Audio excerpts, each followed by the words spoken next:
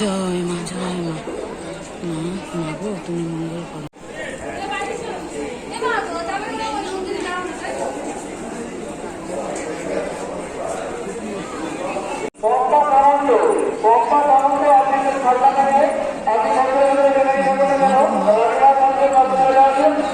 মায়ের মন্দিরে এসে ঢুকেছি।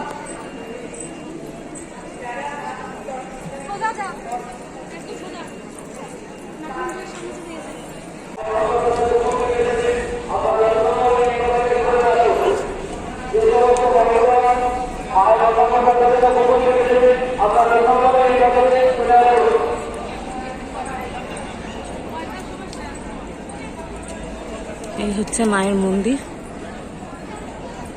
আর এই হচ্ছে মায়ের মন্দিরের পেছনটা। দেখি দিদি,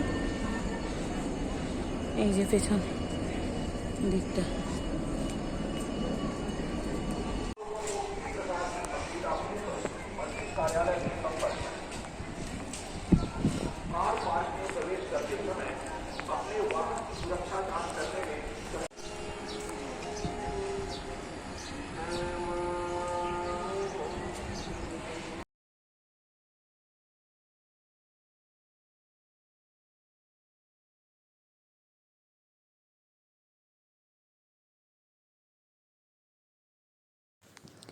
নতুন একটা ব্লগে সবাইকে স্বাগত জানিয়ে আজকের ব্লগটা আমি এখন থেকে শুরু করছি।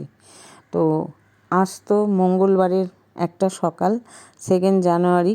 তো কালই গেছে কল্পতরু অনুষ্ঠান। তো আজ আমি এই মুহূর্তে দক্ষিণেশ্বরে চলে এসেছি। তো বছরের একটা শুরু আর কি।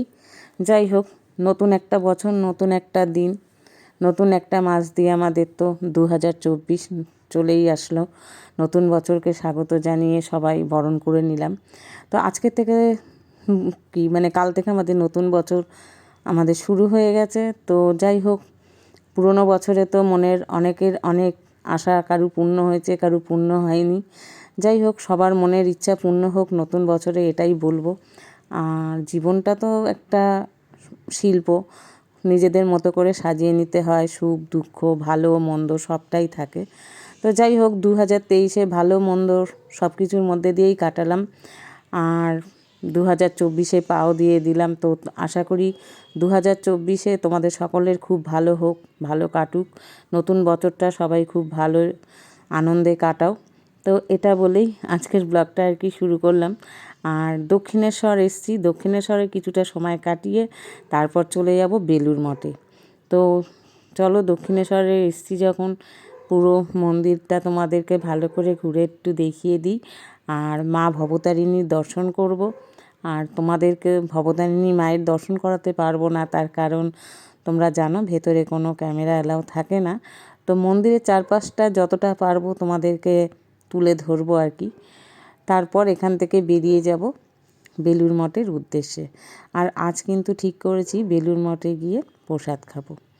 তো চলো তাহলে মন্দিরটা চারপাশটা ভালো করে দেখি, আর তোমাদের সঙ্গেও সেটাই তুলে ধরবো আর কি। দেখো, তো সঙ্গে থাকো। আর ব্লগটা দেখে যদি ভালো লাগে অবশ্যই একটা লাইক, কমেন্ট, শেয়ার করে দিও। আর নতুন বন্ধু যারা আছো তারা সাবস্ক্রাইব করতে ভুলো না। তো কালকে আবার নতুন আর একটা ব্লগে তোমাদের সঙ্গে দেখা হবে, নতুন আর একটা ব্লগে। তো ততক্ষণের জন্য মন্দিরটা তোমরা দেখতে থাকো, আর আমি আমার মতো ঘুরতে থাকি।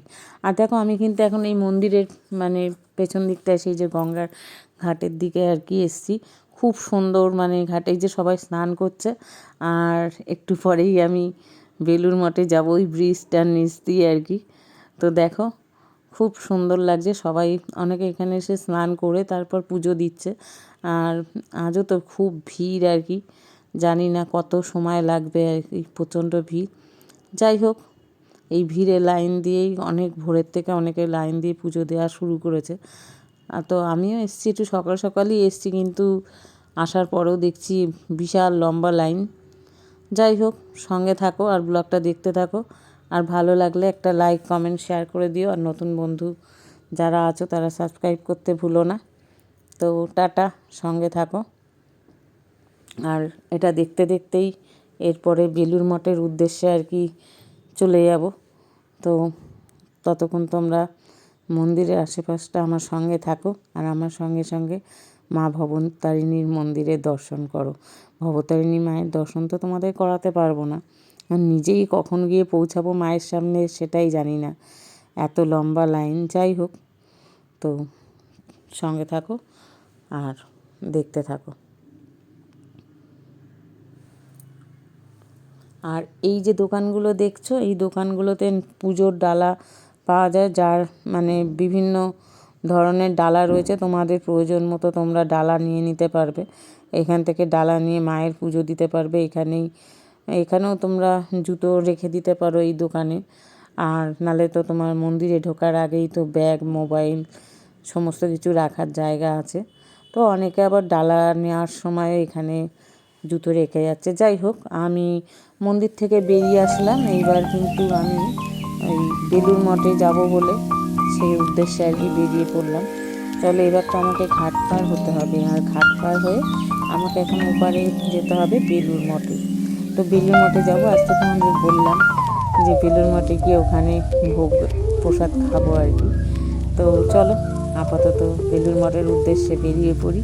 আর দেখো কি সুন্দর লাগছে চারপাশটা, আমার তো খুব সুন্দর লাগছে, খুব ভালো লাগছে, একদম শান্ত হয়ে রয়েছে জলটা। এই দেখতে দেখতে দেখো, আর ঘাটের আশেপাশে কত সুন্দর সুন্দর মন্দিরও আছে। যাই হোক, এটা দেখতে দেখতে আর কি লঞ্চে উঠে পৌঁছে যাবো ওপারে। এই যে আমার লঞ্চে দাঁড়িয়ে রয়েছে, লঞ্চে উঠে আমি এখন ওপারে চলে যাবো। আর তারপরে তোমাদেরকে জানাতে পারবো যে